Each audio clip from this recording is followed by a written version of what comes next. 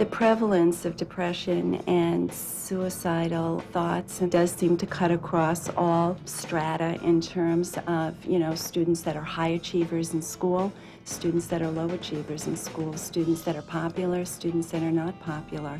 Some of the students that you would think look like the most successful students are the ones who are really hurting the most. I was absent from school a lot. As my absences increased, my grades decreased.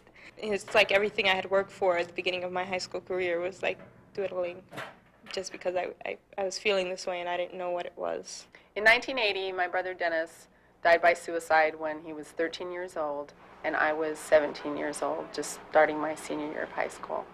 I knew that morning that if I thought about what I was going to do, that I wouldn't do it.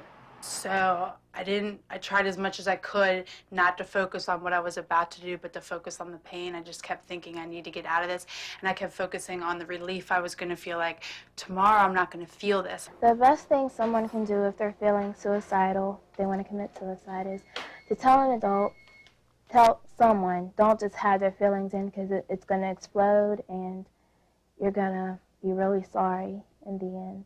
Some of the typical warning signs that a teen is depressed and may in fact be suicidal is that they'll say things like, I just want to die.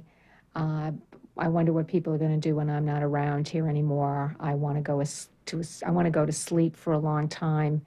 I want to crawl under a rock somewhere. Those kinds of expressions. Suicide is a permanent solution to a temporary problem. People have to understand that thinking about suicide, feeling suicidal, is usually an indication that there's an underlying illness. That illness is usually depression, which is treatable. I woke up that morning and I just felt very gloomy, depressed, feelings of loneliness, emptiness, useless. I had no motivation. And I had been feeling that for so long, so that morning it was just kind of like, I'm fed up with this. Before I knew it, the bridge presented itself in my mind. And my brother needed a ride to the marina, which is on the way to the bridge, and I dropped him off. I went straight there, and I actually just pulled right over and jumped.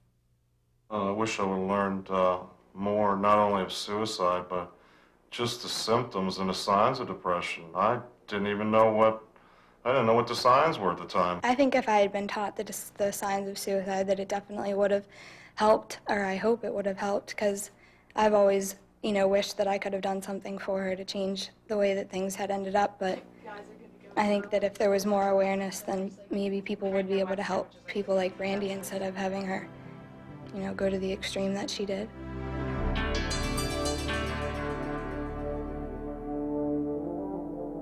There goes my college career right down the drain. Come on, what are you talking about? It can't be that bad. Well, you know what? It's only a test. That's it. All it is. You don't drink. What's going on? You still got all your student activities. It's not really that bad. Look, you don't understand what it's like to have your entire family's expectations weighing on your shoulders like this. They all went to college, good colleges. And they all got scholarships. And if I don't get one, I might as well be dead. Oh, come on. How can you say that? What are you talking about? Everybody's so proud of you. You're just like the smartest guy I know. Look, I'm student council president. Now, everyone expects me to be the best at everything I do. If I don't get into a good college, I'll be the world's biggest loser. Nothing else matters. I just can't face everybody. Give yourself a break. Give me a break. I would do anything to have your brains. Look, you don't understand. I'm so tired from always trying to be the best at everything. Sometimes I just feel like lying down and taking a permanent nap. Whoa, whoa, whoa, whoa. Permanent nap. Come on, what are you talking about? We really gotta go talk to your mom. Or your sister? No, or you... Definitely not. They'd never understand. Promise me you won't say anything, Brian. Promise. I promise. That's what friends are for. Okay? I'm out of here.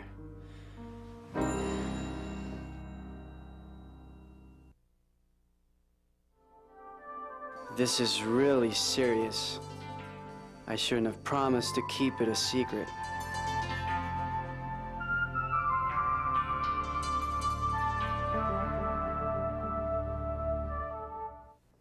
Look, you don't understand. I'm so tired from always trying to be the best at everything. Sometimes I just feel like lying down and taking a permanent nap.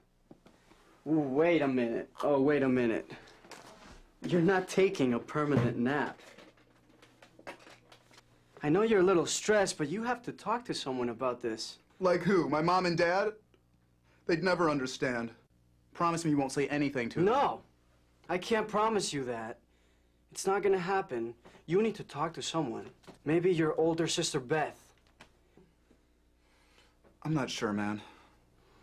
I am. Come on, let's go. Yeah.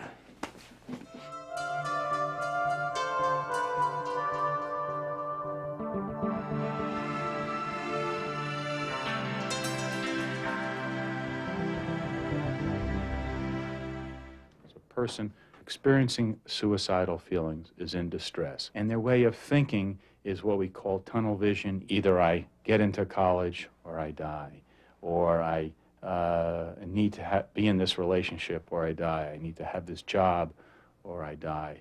And it can be very powerful. What depression felt like was a fog, like I was always in a fog. There was a cloud around me and I couldn't see through it.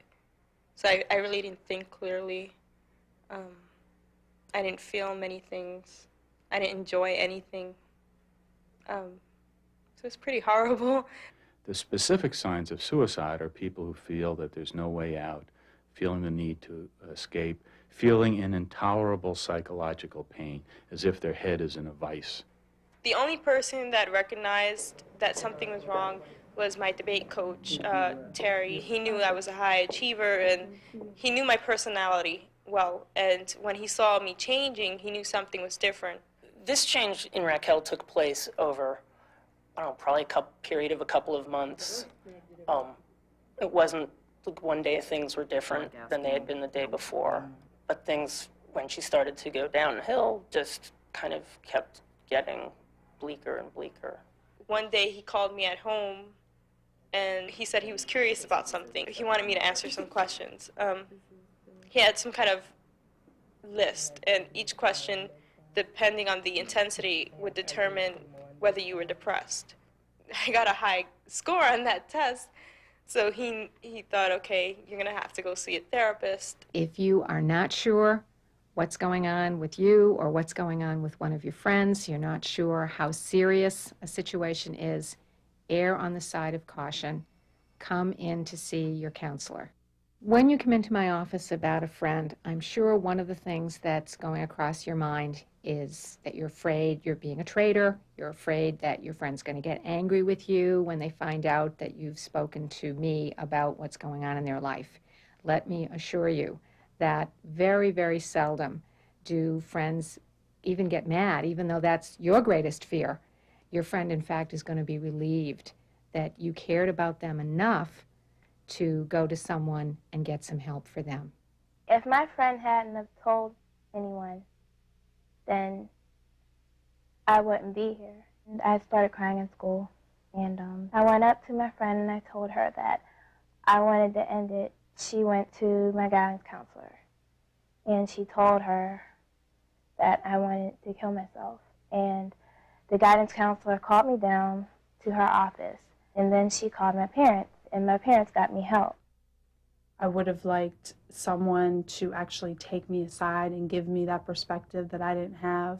Give me this perspective of how I had changed maybe, or make me realize that, okay, Brandy, think about it. Think how much your biggest dream was having a child, and you don't even care if you live to see that day anymore. Obviously, something's wrong. The two most common myths of suicide are, one, if people talk about suicide, they won't do it.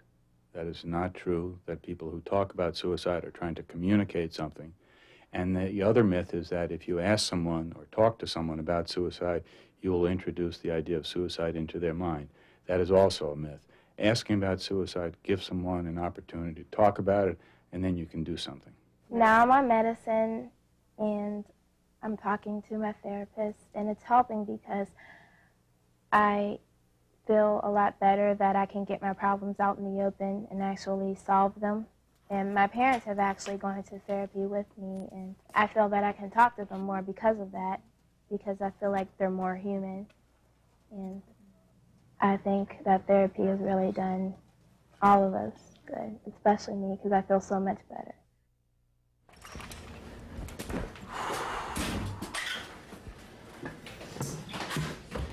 Laura! Hey. What's this?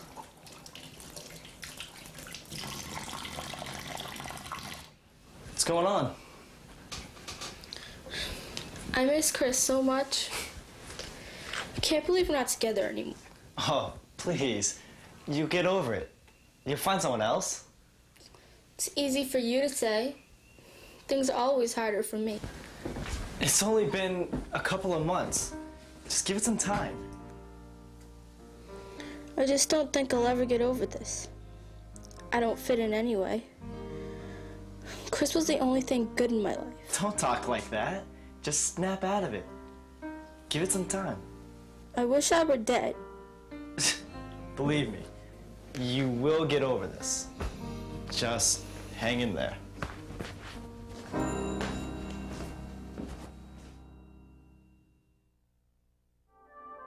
That's not right. She's really gonna need some help. I wish I were dead.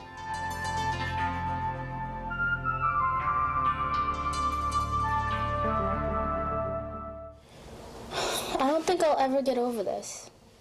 I don't fit in anyway. Chris was the only thing good in my life. Don't talk like that. Just snap out of it. Let it go. I wish I were dead. It's been 2 months. You should be getting over this. But I know you're not. I saw your report card the other day. You're almost flunking out of school. I know you need help, but I don't know what to do. Maybe if you talk to Mom and Dad, maybe they can help you.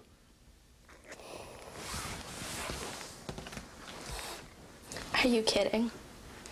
Mom and Dad wouldn't understand. Yeah. How about I call Mr. Perez at school? You know, he's helping a lot of kids out with different types of problems.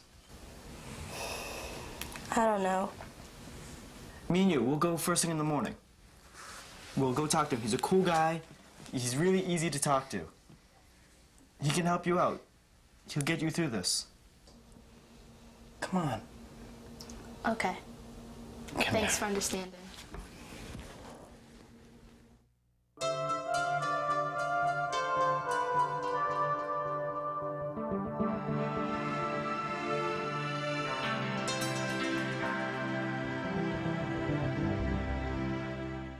The number one disorder associated with suicide is depression, which is also the most treatable of all psychiatric disorders.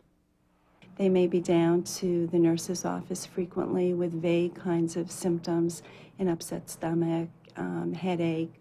And again, if that persists over time in the absence of a true, physical problem, that's another way that some students are saying, I'm in pain, I'm in some kind of distress and I don't know how to verbalize it. They'll have a favorite CD, they'll have a favorite jacket or sweater, and they'll start giving these to their best friends. And it's a way of saying goodbye and wanting to share something with that friend before they go. My folks, I think, thought that Dennis was just maybe swapping things with his friends or swapping some of his possessions with friends. And it turned out that he was giving some of his things away. Friday night, man, you coming to this party tonight? Oh, yeah. Man, you gotta be there. Oh, yeah. Oh, yo, let's say hi to Jason. Yeah, let's go. Let's go. God, Jason. Watch where you're going, freak boy. Such a dork. Check it out. He's got a briefcase for a backpack, man. Nice backpack. Who do you think you are, man? Let's get out of here. Later, loser. Do you think he's a professor or something?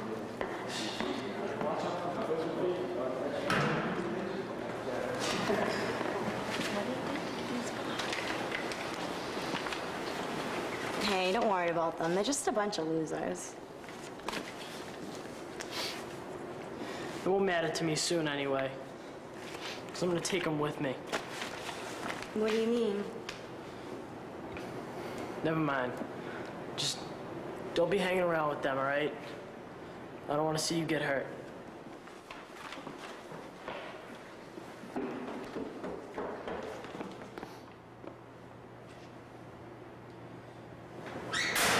Did you just hear what he said? Yeah. It sounded like he was gonna kill them and then himself. He's just blowing off steam. Like, everyone's mean to him. He's not even a bad guy. He's just sort of dorky. But it really did sound like he was gonna flip out. You know, my dad sometimes goes hunting with Jason's father. I once heard my dad tell my mom they got lots of guns in that house. Hey, let's not overreact. We're gonna be late for class. We better get going. So if I fail that test... Oh my God, that test. Wait a minute. He really might be serious. We've got to do something to help.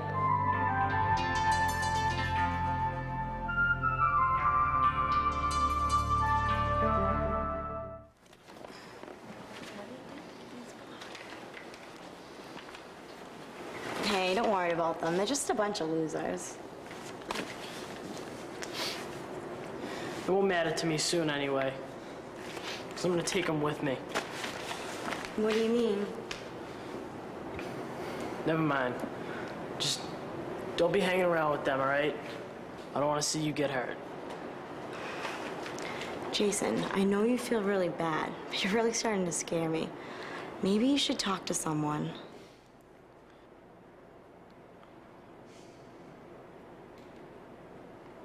Sure.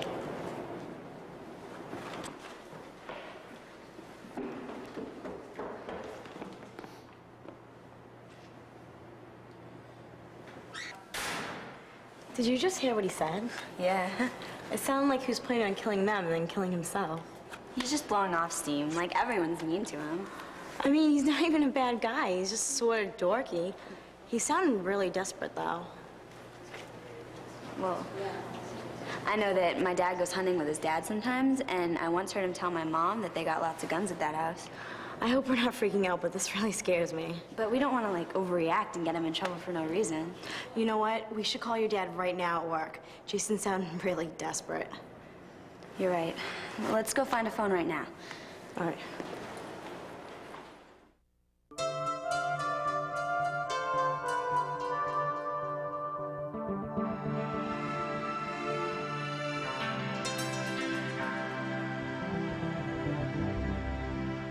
If we would have had education in school on the warning signs of suicide, not only would we maybe have been able to help Dennis, but after I figured all of this out kind of on my own, I also realized that I'd had depression, and I didn't even know I'd had it.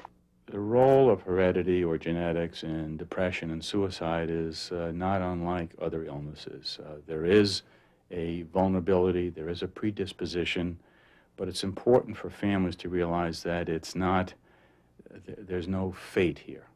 That intervention, that treatment can make a difference, whether it's for depression or suicide.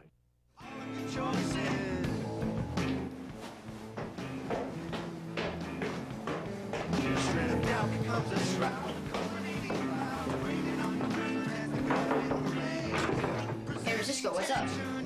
Why is it so dark in here?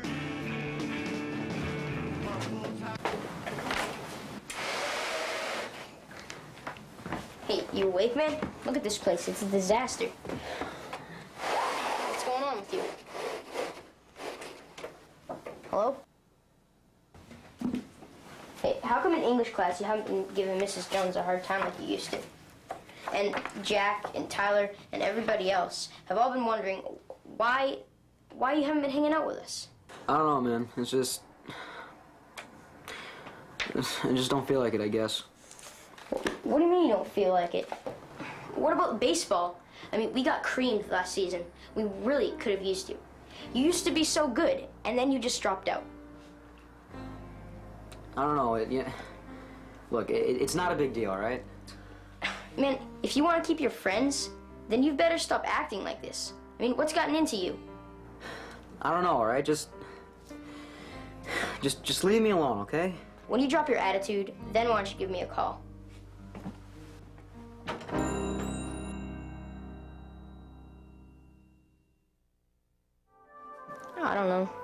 maybe something really is wrong with Francisco.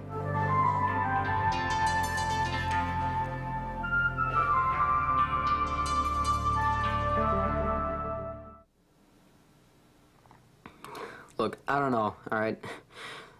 It's not a big deal. I mean, it is a big deal. I mean, we're all concerned for you. I mean, you're a friend, and you really haven't been acting like yourself lately. I mean, I don't know what it is, but you've definitely got a problem. Yeah? So what's my problem? Well, you know Dave? He was acting like this. And it turned out that he was depressed. So he started seeing this doctor that a bunch of kids from school were seeing. And he's back to his old self now.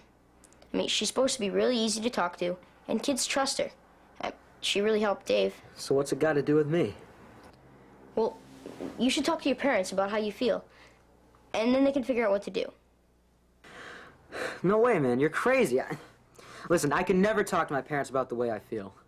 What about Coach? He's really cool, and he likes you a lot.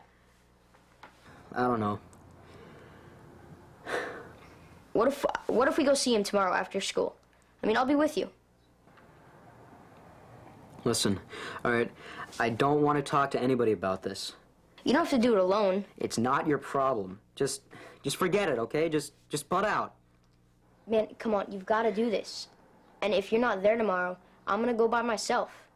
Because you're my best friend, and you really, really need help. Come on, man.